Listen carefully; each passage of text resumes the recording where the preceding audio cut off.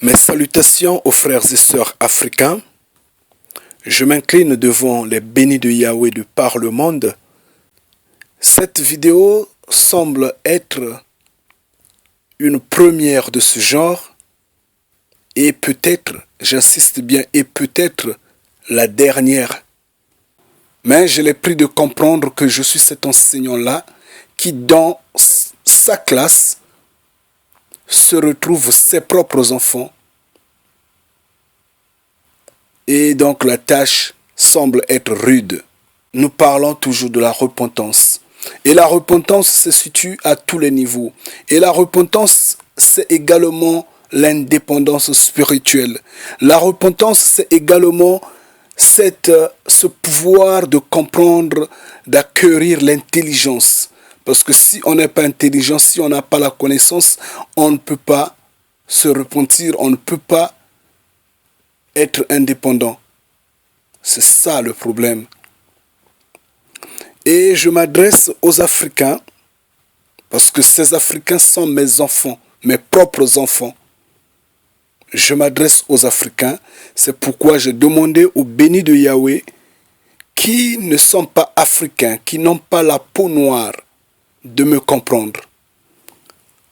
Et s'ils me comprennent, je dirais Amen, je dirais merci d'avance, parce que il me donne cette occasion de parler aux Africains depuis un certain temps. Je l'apprécie, vraiment je l'apprécie. Alors qu'est-ce que j'ai à dire aux frères africains? C'est ceci. Jusqu'à quand nous, Africains, allons rester dans cette assiette primitive, dans cette considération primaire qui renie sa propre personne? Cette culture, cette identité de non-valeur, jusqu'à quand? J'ai été sidéré la dernière fois quand j'ai suivi sur internet une vidéo sur la compagnie congolaise Ecair, la compagnie aérienne congolaise. J'étais vraiment sidéré. J'ai entendu, j'ai regardé le théâtre, ce scénario primaire à la con qui se passait dans cet aéroport de Paris. Je ne sais pas si c'est Roissy ou c'est Orly. Mais je dis, mais ça ne marche pas, ces Africains-là. Je pose une question, franchement. Si c'était une compagnie européenne, une compagnie occidentale, à supposer Air France ou je ne sais pas, Lufthansa ou quelle compagnie, est-ce que ces Africains-là allaient avoir, ces Congolais-là allaient avoir le courage et la liberté de faire ce boucan-là? Est-ce qu'ils allaient avoir ce courage? Franchement, ils n'allaient pas le faire. J'en suis conscient. Je dis qu'ils n'allaient pas le faire. Ils allaient se multiplier en 4, en 2, en attendant les solutions qui allaient tomber directement de la compagnie. Mais pas de ce genre. C'est parce qu'ils ont sous-estimé ce qui les appartient. Un scandale, ça c'est un scandale. Et vous-même, vous allez juger ces réactions à la con. Franchement, si je me mettais, c'est pas une façon de ménager le pouvoir de Brazzaville. Mais si j'étais à la place du pouvoir de Brazzaville, j'allais accepter à les indemniser. Et j'allais dire, venez prendre l'argent à Brazzaville ici. Et quand ils allaient arriver là-bas, j'allais d'abord les chicoter, les corriger. Parce qu'en 2014, au XXIe siècle, on ne peut plus accepter ces comportements à la con, ce suivisme totalement barbare du soi-disant droit de l'homme, le monopole de la parole, à la démocratie idiote, tout en reniant ce qu'on est. Parce que ça, c'est le reniement total de ce qu'on est. Ça, c'est donner l'aval aux compagnies aériennes occidentales, notamment à Air France, je ne sais pas quelle compagnie, qui desservent Brazza, de marcher sur Eker. Ça ne marche pas. C'est pas bien. Ces comportements-là ne sont pas encourageants. Il ne faut pas agir ainsi. Ça me rappelle le scandale qui est passé au Cameroun. À la tête, une femme qui met dans l'eau tout un pays. Un symbole. Samuel Eto'o, un symbole africain. Qui n'a pas la fierté de Samuel Eto'o? Qui ne connaît pas Samuel Eto'o en Afrique? Tous, nous espérons en cette tête-là. Mais une femme qui vient, nous ne savons pas d'où, qui ne représente même pas la valeur africaine. Parce que, à voir la façon dont elle se coiffe, à voir la façon dont elle se maquille, ça ne représente pas la valeur africaine. Et elle met le monument africain à la poubelle, dans l'eau. Et tout un système s'écroule parce que, en fait, il y a le manque de valeur, de crédibilité, de dignité au sein d'un peuple qui, dans le suivisme à la con, aujourd'hui, n'importe quel problème, on court vers l'Internet. On va sur YouTube, on va sur Facebook. On fait n'importe quoi sans pour autant en avoir pesé les conséquences.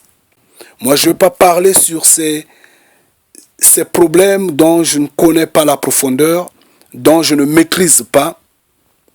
Mais quand ça vient devant l'opinion publique de la sorte, c'est décevant. Nous savons que rien de ce qui est secret ne sera connu. Nous le savons. Mais ménagez vos actes. Posez les actes conscients et honnêtes, responsables. Et ces hommes d'équerre-là, franchement, ces Congolais-là, moi je serais fier. Je dis ceci, hein. Écoutez, je serais fier, j'allais vous épauler. Si par exemple, vous étiez devant le consulat du Congo-Brazzaville en Angleterre, parce que ce consulat-là, depuis 1986, est dirigé par un seul homme, et il n'est pas congolais de Brazzaville, mais il est tunisien. Alors c'est le moment peut-être de tirer l'alarme aux autorités de Brazzaville, de mettre le ménage. Mbata Bakolo s'est dirigé contre nos propres frères de Kinshasa. C'est aberrant. Mais pourquoi pas diriger Mbata Bakolo dans le consulat, au consulat de Brazzaville, au consulat du Congo, au Royaume-Uni. Et ce consulat du Congo-Brazzaville au Royaume-Uni, personne, en fait, il n'y a pas de Congolais qui travaillent dans ce consulat-là. Il n'y a pas de Congolais. C'est un consulat tenu par 3 personnes. Ils sont tous étrangers. Je crois 2 Anglais plus ce Tunisien-là. Depuis 1986. Je suis sérieux ce que je dis. Je serais d'accord avec ces artistes du théâtre à Roissy ou à Orly sur Eker Si il s'était présenté au ministère des Affaires étrangères à Brazza contre le consulat de Londres, le consulat du Congo en Angleterre, pour dire que non, on en a assez. Quoi? Ça ne marche pas, non? Donc, parmi les Congolais, il n'y a pas quelqu'un qui peut tenir ce consulat-là? Parmi les Congolais, il ne peut pas y avoir un secrétaire ou quelqu'un qui va faire le ménage là-bas? Mais ça ne marche pas. Nous crions Mbate Bakolo, oui. Mais c'est tout ça, Mbate Bakolo. Au lieu de diriger ça sur nos propres frères de Kinshasa, mais retournons-nous, regardons, notre maison est encore sale. Arrêtez ce que vous avez fait. Vous devrez le regretter. Franchement, moi, si j'étais le président de la République, j'allais dire personnellement, venez à Brazza, on va vous dédommager, mais avant de les dédommager, on les chicote d'abord, on les corrige d'abord, parce que c'est pas sérieux ça. Ça participe à briser, à bien briser l'esprit que nous voulons que cet esprit-là prenne place en Afrique.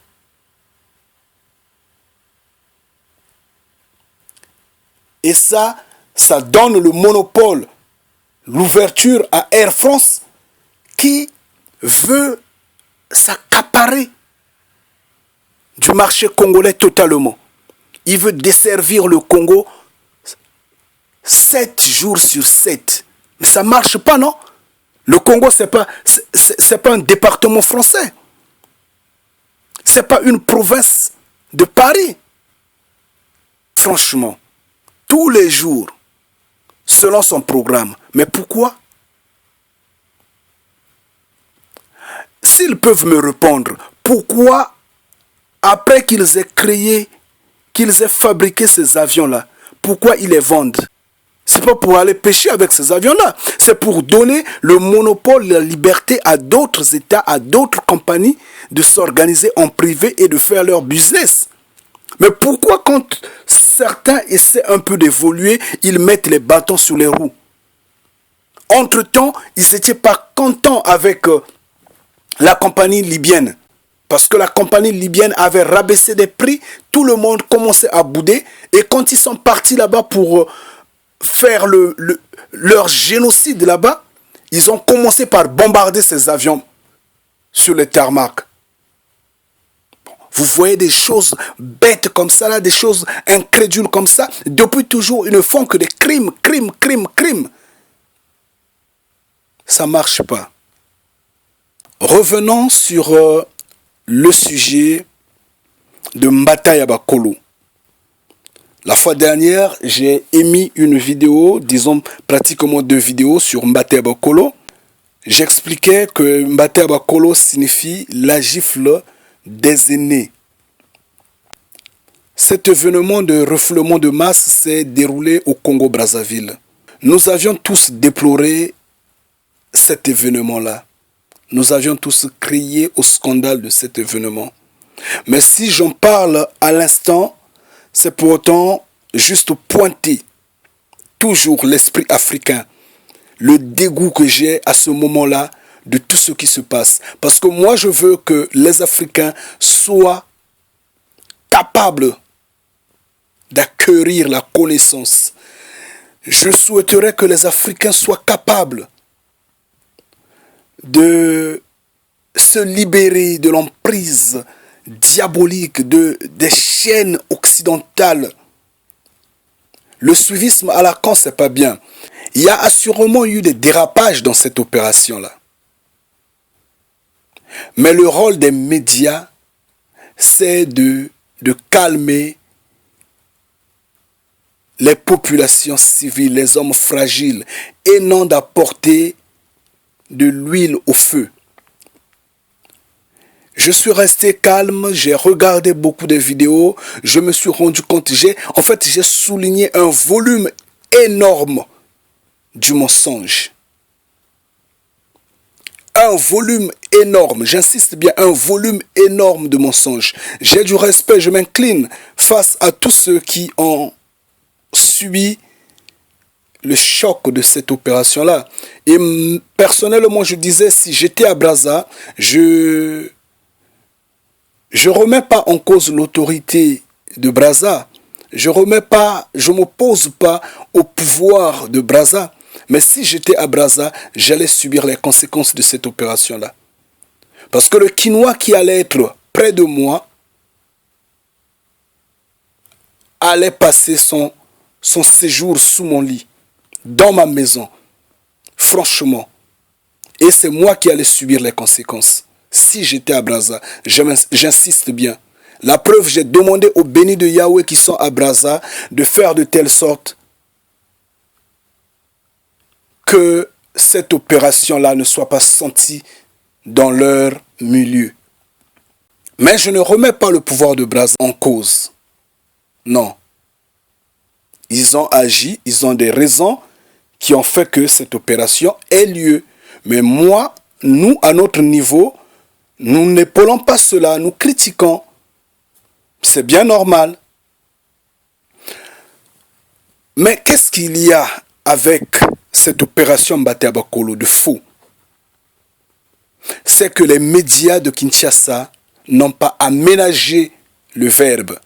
Ça ne me tente pas de vous faire passer ces vidéos-là, mais je suis forcé de le faire, de telle sorte que les gens sachent à quel point le mensonge est grand. Si on veut attribuer des actes barbares aux Congolais de Brazzaville, mais apportez les preuves. Mais ces vidéos-là se sont déroulées. Ces événements-là, ces actes dans ces vidéos se sont déroulés au Nigeria. La plupart de ces vidéos-là, ce sont des actes qui se sont déroulés au Nigeria. Il y a des sites internet, il y a des liens. Si vous voulez, je vous en donne. Je vais mettre quelques commentaires en bas. Et je vais vous donner les links de ces vidéos. J'ai fait mes investigations. Je dis, j'insiste, s'il y a d'autres preuves des actes commis à Brazza, que ça soit prouvé différemment. Nous l'acceptons. Mais ça, ces vidéos qui ont attisé la haine entre Brazzavillois et Quinois s'avèrent fausses. J'insiste, s'avèrent fausses. On doit analyser les faits. Et on doit les préméditer avant de les mettre devant les yeux de l'opinion publique. Ça de même, je ne suis pas d'accord parce que ça tue l'esprit africain. Au lieu de se lever comme serait un seul homme, afin qu'on soit indépendant, au contraire, on est en train de se briser. Ça ne marche pas. Ça ne marche pas. Ça, je l'adresse à mes frères qui sont à Kinshasa. Je dirais, nous sommes un seul et indivisible. C'est bien. Nous avions crié de tous les mots. Mais ceux qui sont sur le terrain là-bas sont en train de vouloir repartir à Brazzaville. D'autres sont déjà rentrés à Brazza. Et donc, vous qui êtes à l'extérieur, notamment en Europe, aux États-Unis, en Australie et autres, en Asie, vous qui avez longtemps crié au scandale en voulant briser tout sur vos chemins, vous finissez par avoir honte. Parce qu'en fait, c'est un problème de couple, c'est un problème de famille. Ne brisons pas la famille. Nous sommes un et indivisibles. Ces vidéos, j'insiste, ne se sont pas déroulées à Brazza. Vous allez parler, oui, on avait déshabillé les femmes.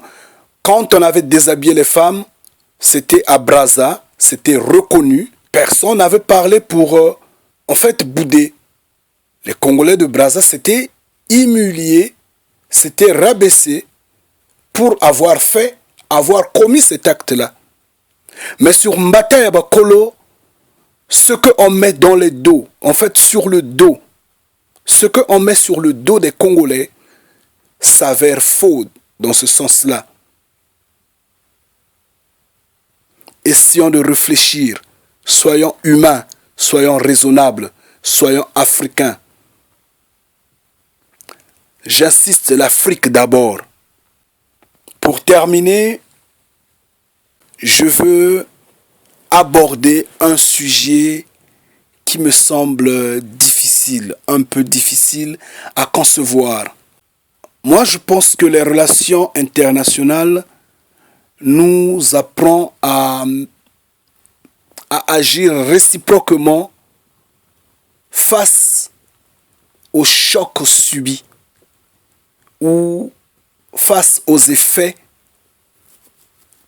aux actes posés entre États, entre continents. Mais ce qui est curieux, c'est que depuis des siècles, depuis des décennies, depuis des jours, depuis des années, depuis des temps,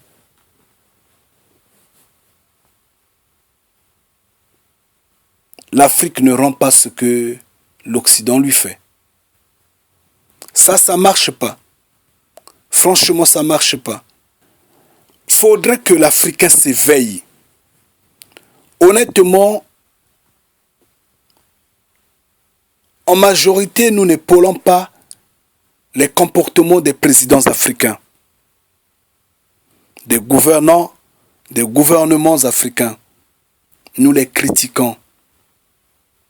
Vu la quantité de richesses, la manne d'argent qu'il y a en Afrique, vu les possibilités qu'on a, mais dont personne n'en bénéficie. Au contraire, les populations souffrent. Nous manquons des infrastructures, nous manquons du travail, nous manquons tout.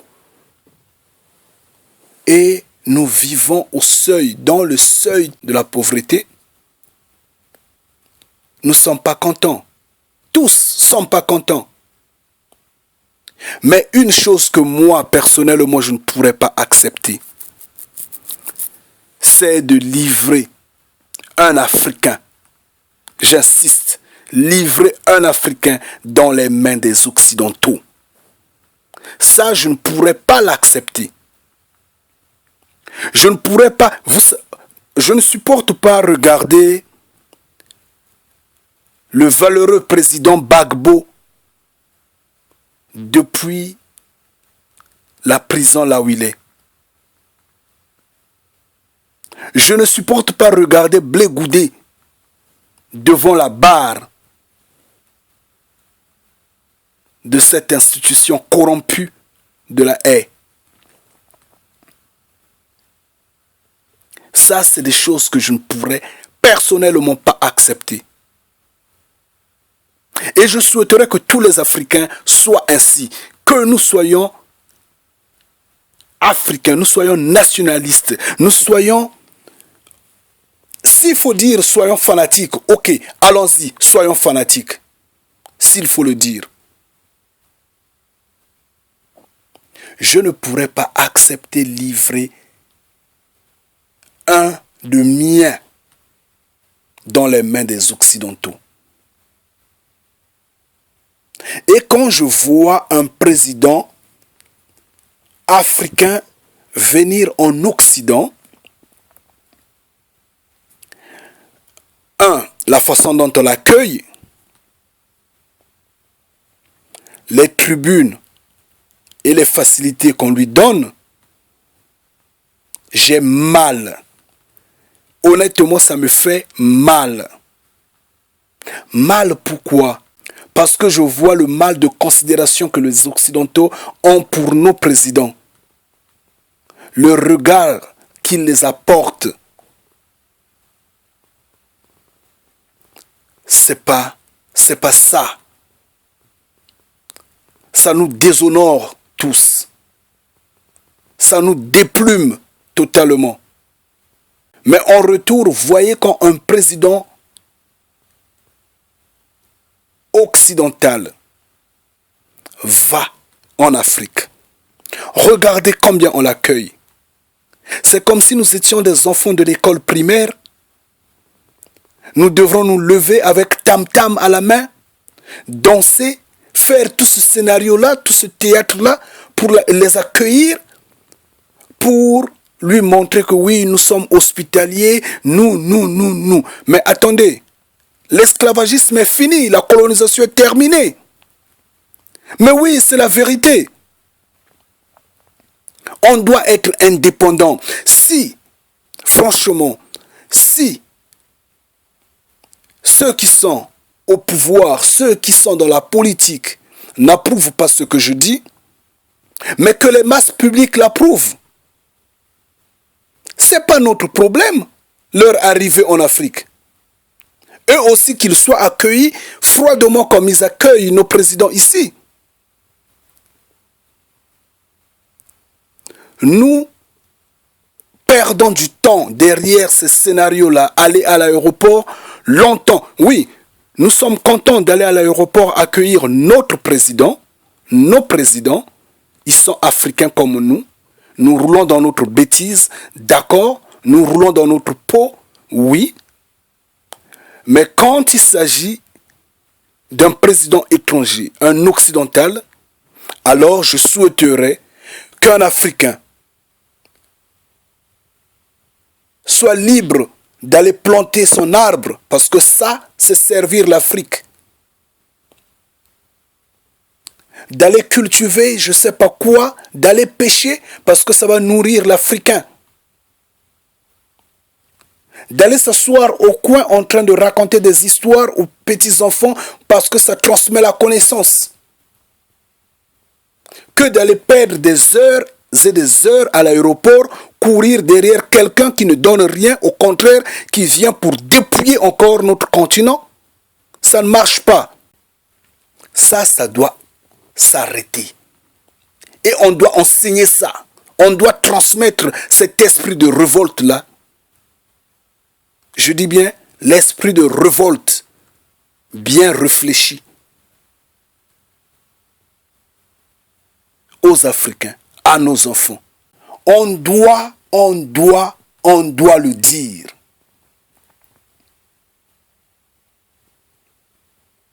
Et c'est clairement qu'on doit le dire, c'est à haute voix qu'on doit le dire. Regardons par exemple, François Hollande, quelqu'un qui hier, tout Africain était content de le voir venir aux affaires. Quelqu'un comme Obama, qui n'a pas loué les cieux pour le voir à la tête du pays le plus puissant de la terre. Mais c'est des gens qui se serrent les mains pour bien piller, pour bien détruire l'Afrique. Regardez combien le continent devient perméable. Et François Hollande est content de sillonner l'Afrique partout en mobilisant l'armée française, de prendre position partout en Afrique, comme si c'était le département français. Ça ne marche pas. Franchement, ça ne marche pas. Nous étions tous nés pour vivre et jouir sur cette terre-là. Mais pas pour être des marchepieds des gens. Franchement, ça ne marche pas. Ça ne marche pas. Et toi, ne me fais pas taire. Laisse-moi parler. Non, s'il te plaît, laisse-moi parler, je dois le dire. Oui, je ne risque rien, après tout. Je ne risque rien. Celui qui risque quelque chose, c'est celui qui n'a pas de village, qui n'a pas de terre, qui n'a pas d'histoire, qui n'a pas de continent. Moi, j'ai un continent. Mon continent, c'est l'Afrique. J'ai une terre, j'ai un village. Je ne risque rien Donc, si ça chavire ici, les Occidentaux vont prendre ce qu'ils possèdent, ce qu'ils ont de droit sur moi. Leurs papiers. Et après, ils vont me fouler aux pieds. Je veux rentrer chez moi. Et quand je rentre chez moi, je n'irai pas me suicider. J'ai des nerfs d'éléphant. Je n'irai pas me suicider. Ça ne sera pas la fin du monde. J'irai dans mon village. Je veux manger ce que mes ancêtres mangeaient. Je veux parcourir les distances que mes ancêtres parcouraient avec mes pieds. Et je suis un homme fort. Donc, le système moderne ne peut pas me coincer, ne peut pas me faire taire. Pas pour de l'argent, pas pour le confort. J'insiste, mais je parle. C'est pas normal. Et ça fait pitié. Et ça doit cesser. Les Africains prenons conscience, évangélisons-nous les uns les autres, évangélisons-nous. Essayons, faisons un effort d'informer ceux qui sont au village, ceux qui sont en ville, ceux qui sont au pays, ceux qui sont dans le continent africain, à nos hommes politiques de se taire. Ce n'est pas leur problème. Qu'ils fassent politique entre eux, mais quand il s'agit dans ce cas-là, si par exemple un occidental arrive, il trouve l'accueil n'est plus comme avant, il dit je n'arrive plus à maîtriser, à mobiliser ma population. Mais pendant ce temps, nous sommes de mèche avec notre président. Nous sommes derrière nos présidents. J'insiste. Nous leur donnons le soutien total. S'il y a des problèmes internes, ce sont des cuisines internes, nous allons les arranger, nous allons aménager nos problèmes internes. C'est entre nous, ce sont nos problèmes.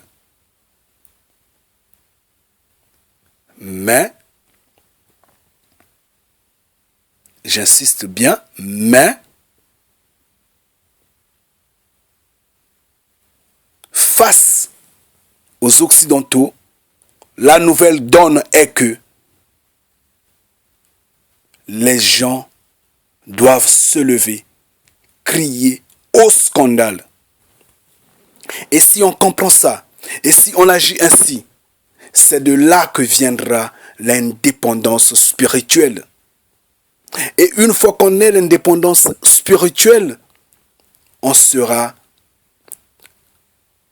totalement indépendant sur tous les plans. Les Occidentaux sont indépendants parce qu'ils ont eu l'indépendance spirituelle. Les Chinois sont indépendants parce qu'ils ont eu l'indépendance spirituelle. Autant pour les Américains,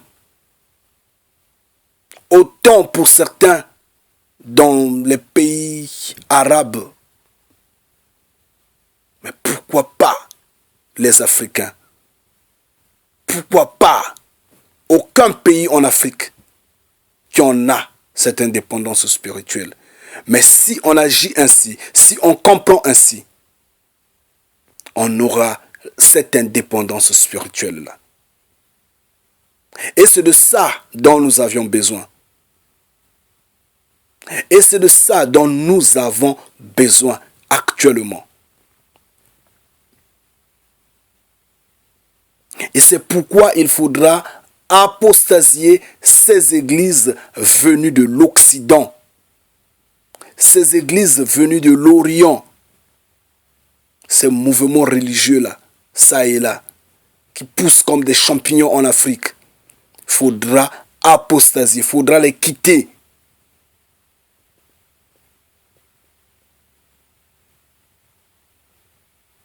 Et on sera indépendant. On sera indépendant. Regardez combien ces armées-là sont en Afrique. Je veux vous quitter, je veux pouvoir vous quitter. Et je dirais au béni de Yahweh, merci, merci vraiment. Aux Africains, Chers frères et sœurs, merci de m'avoir suivi. Amen et bientôt. Faut réfléchir. Faut réfléchir. Quand on vous dit la vérité, vous boitez parce que vous marchez sur des épines. Je comprends votre doute. Je le sais. Mais Yahvé fera que vous l'acceptez. Même si vous la refusez, elle est une vérité. Elle va vous percer. Elle va vous toucher. Vous avez des yeux voilés. Ouvrez vos yeux. Le cerveau. L'heure est arrivée pour vous repentir. Je répète et j'insiste.